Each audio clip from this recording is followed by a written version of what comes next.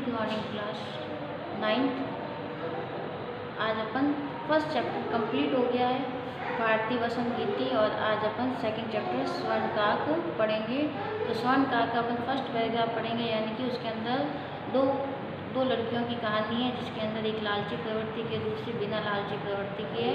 और कौवा उनको जो लालची प्रवृत्ति के उसको अपने किए का दंड मिलता है, और जो बिना लालच करने वाली लड़की है उसको अपने किए गए कार्य का उसको क्या मिलता है, पुरस्कार मिलता है, इनाम मिलता है। तो आज अपन इसके अंतर्गत चैप्टर नंबर 2 के अंदर फर्स्ट पैराग्राफ पढ़ेंगे। इसका आपको अभ्यास प्रश्न 1 गृह कार्य के रूप में आपको करना है। तो आपको जो कहानी है उस कहानी से 2 प्रश्न बनेंगे। एक तो आपकी कहानी का जो पैराग्राफ होगा, पैराग्राफ देकर उसका हिंदी अर्थ आपको लिखना है। दूसरा है, वो परीक्षा में अगर एक प्रश्न पूछ सकता है कि आपकी पाठ्य पुस्तक की जो कहानी स्वर्णकाक है उसका आप हिंदी में सार लिखिए, या उसका हिंदी में सार लिखिए।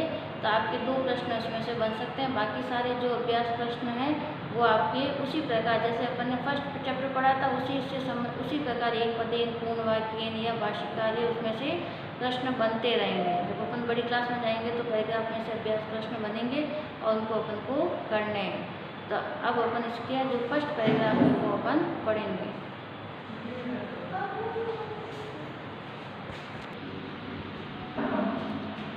Chapter number 2 स्वर्णकाक।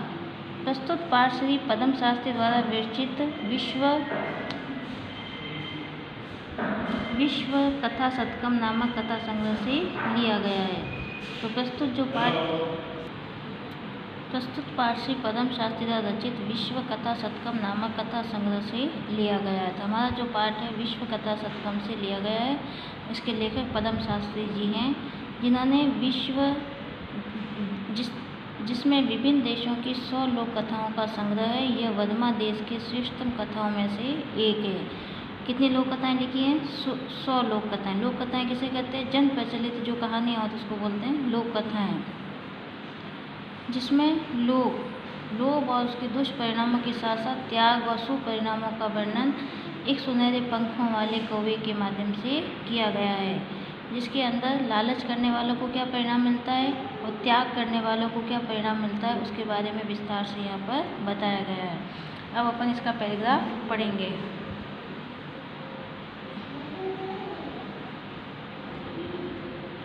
पुरा कस्मिंश्चित् ग्रामे एका निर्धना वृद्धा स्त्री न्यवसत्। पुरा यानी प्राचीन काल में, कश्चित यानी कोई, ग्रामे यानी गांव में, एका यानी एक, निर्धना यानी निर्धन, वृद्धा यानी बूढ़ी, स्त्री यानी महिला या स्त्री, न्यवसत यानी रहती थी। प्राचीन काल में किसी गांव में एक गरीब वृद्ध महिला रहती थी। तो प्राचीन काल में किसी गांव में एक निर्धन वृद्ध महिला रहती थी।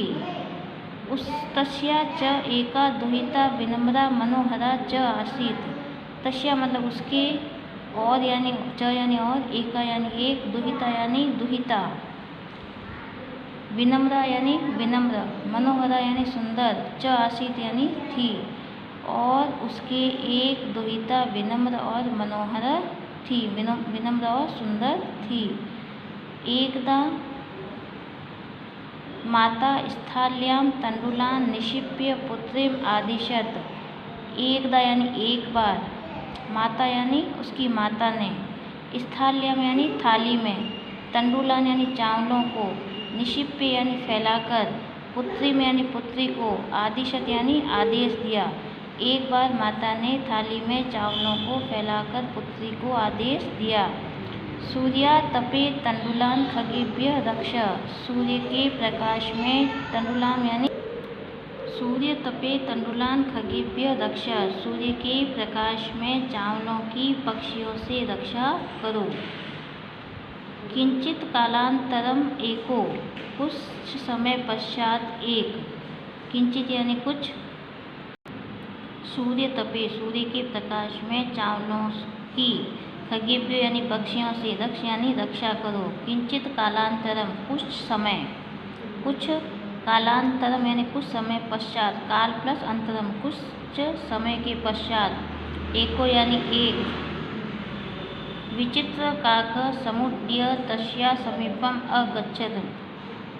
एको यानी एक, विचित्र यानी अनोखा, काक यानी कौवा, समुड्य यानी उड़ता हुआ, तस्या यानी उसके, समीपम यानी पास में, अगच्छत यानी आया। एक विचित्र कौवा उड़ता हुआ उसके पास में आया। तो फर्स्ट पैराग्राफ का अर्थ निकलेगा कि प्राचीन काल में कोई ग्राम में एक निर्धन वृद्ध स्त्री रहती थी। उसकी एक दुहिता विनम्र और सुंदर थी, मनोहर थी। एक बार उसकी माता ने थाली में चावलों को फैलाकर पुत्री को आदेश दिया कि सूर्य के प्रकाश में चावलों की पक्षियों से रक्षा करे। कुछ समय पश्चात एक विचित्र कौवा उड़ता हुआ वहाँ आया, उड़ता हुआ उसके पास में आया। नेतादृश यानी इस प्रकार का, न स्वर्ण पक्षियों यानी स्वर्ण पक्षी, इस प्रकार का स्वर्ण पक्षी, रजत चंचु जिसकी चोंच चांदी की, स्वर्ण काकस्य सोने का कौवा, पूर्व दृष्ट पहले, दृष्ट यानी देखा। तो इस प्रकार सोने का पक्षी जिसकी चोंच चांदी की और वह सोने का कौवा, उसने पहले, ने का अर्थ होगा नहीं, दृष्ट यानी देखा। तो उस बालिका ने ऐसा स्वर्ण पक्षी जिसकी चोंच चांदी की और स्वर्ण का सोने का कौवा उसने पहले कभी नहीं देखा। स तंडुलान खादंत हसंतश्च विलोक्य बालिका, वह चावलों को खाता है और हंसत यानी हंसता हुआ, वह चावलों को खाता है और हंसता है। यह चावलों को खाते और हंसते हुए देख कर, विलोक्य यानी देख कर, बालिका यानी बालिका, रोदितुम आरब्धा रोने लग जाती है कि जब तम तंडुलान खादत, वह चावलों को खाता है और हंसता है, तो उसे देखकर यानी वह उसे चावलों को खाते और हंसते देखकर बालिका ने रोना आरंभ कर दिया। स निवारयन्ति सा प्रार्थयता, तम यानी उसे, निवारयति यानी दूर करने के लिए, सा यानी वह, प्रार्थयति यानी प्रार्थना करती, उसे दूर भगाने के लिए या उसको दूर हटाने के लिए उससे प्रार्थना करती है। तंडुलान माँ भक्ष्य, तंडुलान यानी चावलों को, माँ यानी नहीं, भक्ष्य यानी खाओ, चावलों को मत खाओ। मदिया माता अतीव निर्धना वर्तते, मदिया यानी मेरी, माता यानी माता, अतीव यानी बहुत, अत्यधिक, निर्धना यानी निर्धन, वर्तते यानी है, मेरी माता बहुत निर्धन है। स्वर्ण पक्ष काक, सोने का पक्षी कौवा, प्रोवाच यानी बोला, सोने का पक्षी कौवा बोला, सोने का पक्षी है कौवा है वह बोला। माँ सुचो, माँ या नहीं, सुच यानी चिंता मत करो, माँ सुच का अर्थ क्या होगा, चिंता मत करो। सूर्योदयात् प्राक् ग्रामाद् बहिर्पीपल वृक्षाम्नो त्वया आगंतव्य, कि तुम चिंता मत करो। सूर्योदयात् प्राक्, सूर्योदयात से पहले, ग्रामाद बहिर गांव के बाहर, पीपल वृक्ष अनु पीपल के वृक्ष के वहाँ, त्वया यानी तुम, आगंतव्य यानी आ जाना, कि तुम चिंता मत करो। और सूर्योदयात से पूर्व गांव के बाहर जो पीपल का पेड़ है तुम वहाँ पर आ जाना। अहम तुभ्यम तंडुल मूल्यम दास्यामि, मैं तुम्हें चावलों का मूल्य दूंगा। प्रहर्षिता यानी प्रसन्न, बालिका निंद्रामपि न लेबे, प्रसन्न बालिका ने निंद्रा भी न ली। इस पूरे पैराग्राफ का अर्थ निकलेगा कि प्राचीन काल में किसी गांव में एक निर्धन वृद्ध स्त्री रहती थी। उसकी एक दुहिता विनम्र और मनोहर थी।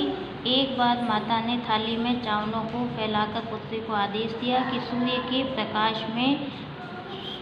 प्रकाश में चावलों की पक्षियों से रक्षा करें। कुछ समय पश्चात एक विचित्र कौवा उड़ता हुआ वहाँ पर उसके पास आता है। इस प्रकार का सोने का पक्षी जिसकी चोंच चांदी की और सोने का कौवा उसने पहले कभी नहीं देखा था। तम तंडुलान, वह चावल खाता है और हंसता हुआ, उसे चावल खाते और हंसते हुए देखकर बालिका ने रोना आरंभ कर दिया। तम निवारयति, उसे दूर करने के लिए उसे प्रार्थना करने लगी कि चावलों को मत खाओ, मेरी माता बहुत, उसने कहा मत खाओ, मेरी माता बहुत निर्धन है। स्वर्ण पक्षी कौवा बोला, माँ शुच, चिंता मत करो, सूर्योदय से पूर्व गांव के बाहर पीपल के वृक्ष के नीचे आ जाना, मैं तुम्हें चावलों का मूल्य दूंगा। प्रसन्न बालिका को निंदा भी नहीं आई।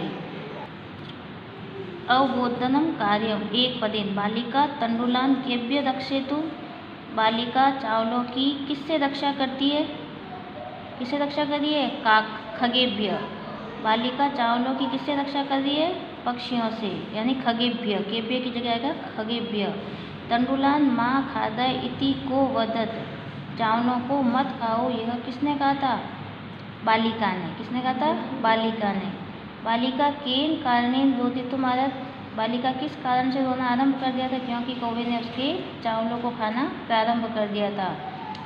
तंडुलान खादंत हसंत च काकम अवलोक्य बालिका रोदितुम आरब्धा, कीदृश काक बालिका पूर्व न, बालिका ने कैसा कौवा पहले नहीं देखा था, स्वर्ण काक, जिसके सोने के पंख है और चांदी की चोंच है, इस प्रकार का स्वर्ण काक उसने पहले नहीं देखा। तो अपन स्वर्ण काक भी लिख सकते हैं। अब यह पूछ रहा है स्वर्ण पक्षी इत्यस्य किम पदम विशेषणम पदम, स्वर्ण पक्षी के अंतर्गत विशेषण पद कौन सा, देखो पक्षी तो सभी होते हैं, पर पक्षी कैसा है, सोने का है, इसलिए पक्षी की विशेषता क्या है, सोना है, तो अपन लिखेंगे स्वर्ण। धन विहीना, इस समानार्थी शब्द, धन के विहीन, जिसके पास धन नहीं होता है, उसका पर्यायवाची शब्द क्या होगा, निर्धन, क्या होगा, निर्धन, गरीब हो सकता है, निर्धन होगा। तब ये जो, इसको आपको क्या करना है, पढ़ना है, उसको समझना है। अब अपन इसके अंतर्गत पाठ्य पुस्तक के प्रश्नोत्तराणी है। एक पदेन, माता काम आदिशत, माता ने किसको आदेश दिया, पुत्री में यानी पुत्री को। स्वर्ण का कान अखादत तंडुलान, प्रसाद कीदृश वर्तते, महल कैसा था, स्वर्णमय, सोने का। गृहम आगत्य तया का समुद्घाटिता, घर आकर उसने क्या कहा, क्या खोला, घर पर आकर उसने समुद्घाटिता मतलब क्या खोला, मंजूषा। लोभविष्टा बालिका कीदृशी मंजूषा नयति, लोभी बालिका को कैसी मंजूषा मिली थी, बृहत्तमा, उसने कौन सी ली थी, सबसे बड़ी वाली मंजूषा ली थी। तो आपको होमवर्क के अंदर पाठ्य पुस्तक का फर्स्ट प्रश्न का अ भाग करना है, एक पदेन। आ अपन कल करेंगे या अगली कक्षा में करेंगे।